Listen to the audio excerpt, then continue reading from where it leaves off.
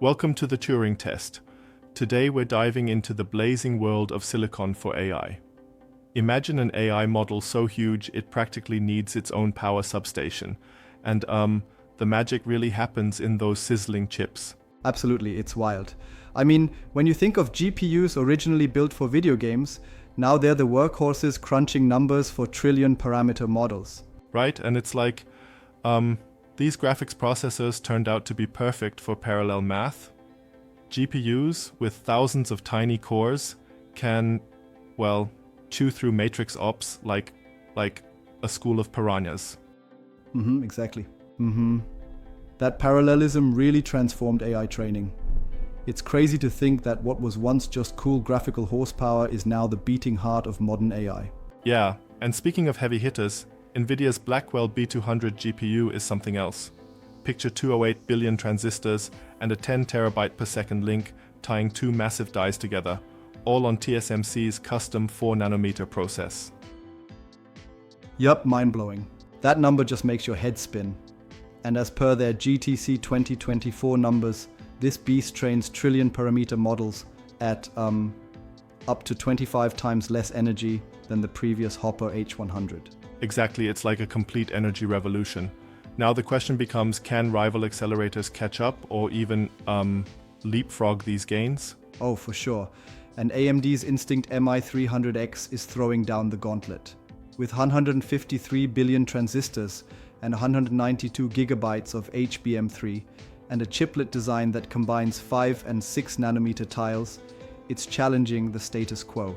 Yeah, it's like flexibility in design. The chiplet approach is opening up a whole new realm of customization. That design flexibility is key. And let's not forget Google's push with their 6th generation TPU, codenamed Trillium. Over 4 times the training throughput of the TPU V5e and a 67% efficiency boost is nothing to sneeze at. Absolutely. Google is clearly making a strong play in the specialty accelerator market. It's like they're saying we can run computations in our sleep with that uptick in energy efficiency. Yep, and then there's Intel's Gaudi 3. I mean, Dell reported a 70% better price performance on Llama 3 inference compared with Nvidia's H100, thanks to 128 GB of HBM and some solid open source software stacks. Right. And while Nvidia's GPU market dominance is strong, holding about 80% of the data center GPU market, the competition from AMD, Intel, and others speaks volumes about innovation pushing the envelope. Though, let me respectfully challenge that point for a second. Don't you think that Nvidia's mature software ecosystem with CUDA still gives them an almost insurmountable edge, despite the hardware innovations from competitors? That's a fair point. I mean, sure, flexibility in silicon is monumental and these new entrants are doing amazing things, but Nvidia's ecosystem has decades of refinement behind it, which can be like the secret sauce.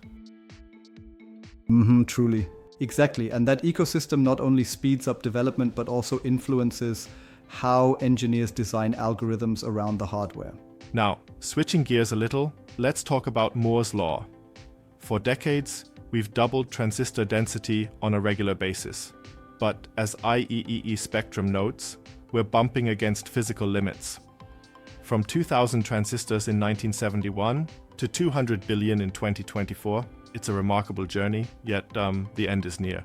Yeah, I mean, it's like shoveling coal into a slowing locomotive. TSMC's new tricks, like their move to 2 nanometer fabs, which Reuters says will roll out in the latter half of 2025, are our best bet for now. True, but even at 2 nanometer, thermodynamics comes knocking. With power flux nearing levels comparable to the surface of the sun, radical fixes like backside power delivery and 3D stacking aren't just cool ideas, they're necessities. Exactly, the physical limits push innovation into creative territory. And speaking of creative territory, future gains might rely more on architectural ingenuity, think chiplets, optical interconnects, and even reversible computing, instead of just raw transistor shrink. Yeah, it's like we're moving from pure speed to smart design. Take specialized silicon like TPUs, which already bake matrix units directly into their hardware, or innovations like Cerebra's wafer-scale designs. That's fascinating. But then comes the big debate. Will these specialized accelerators replace the one-size-fits-all GPU? Well, GPUs still hold a major advantage in terms of flexibility. Their mature software, optimized drivers, and a vast community of CUDA developers are hard to beat, even as more specialized solutions emerge. Exactly. It's a trade-off between performance and versatility. On one hand, TPUs and custom ASICs pack a punch. On the other, the reliability and ecosystem of GPUs are indispensable for many developers. And that naturally leads us to the vendor lock-in versus open ecosystem debate. Nvidia might control about 80% of the market, but there's hot competition from AMD's ROCm, Intel's oneAPI, and even Gaudi's open Ethernet fabric. Oh yeah, that open approach keeps innovation honest. Plus, geopolitics enter the picture. With US CHIPS Act subsidies aiming to reshore advanced fabs, and let's face it, TSMC still plays a crucial role, global supply chains are under a lot of pressure. Right, the tension is real. AI builders in 2025 will need to juggle silicon diversity, GPUs for versatility, TPUs for cloud giants, Gaudi for the open source enthusiasts, and custom ASICs for hyperscalers. A veritable silicon smorgasbord. In the short term, this means scaling models faster and cheaper. But mid-term, our focus might shift toward cutting energy per operation. Basically, a diet plan for bloated models. I love that analogy. Fewer parameters, smarter training, and every joule of energy recycled.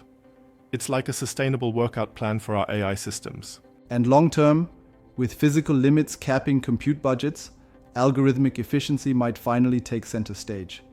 The party might eventually shift from silicon to software innovations.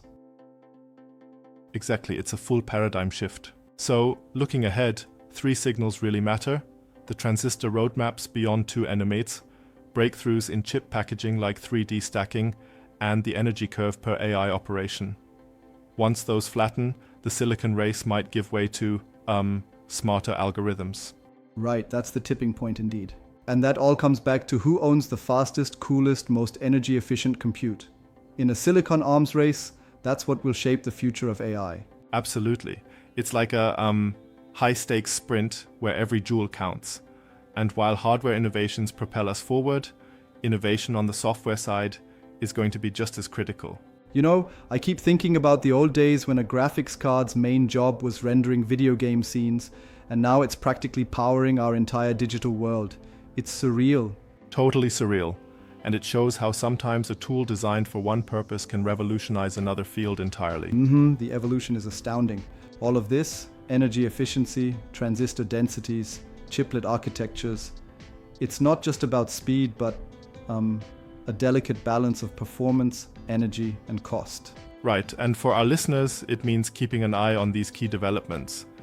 From TSMC's upcoming 2 nanometer fabs to the leaps in architectural design, the next decade is going to be Absolutely, incredibly can't wait to see what exciting. comes next. And hey, if your head's spinning like a cooling fan right now, that's a good sign.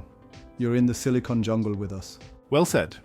Remember, behind every chatbot answer, every smart device, is a blisteringly hot slab of silicon doing unimaginably fast math. Truly, and as we wrap up, keep tuning in for more deep dives into the tech that powers our world.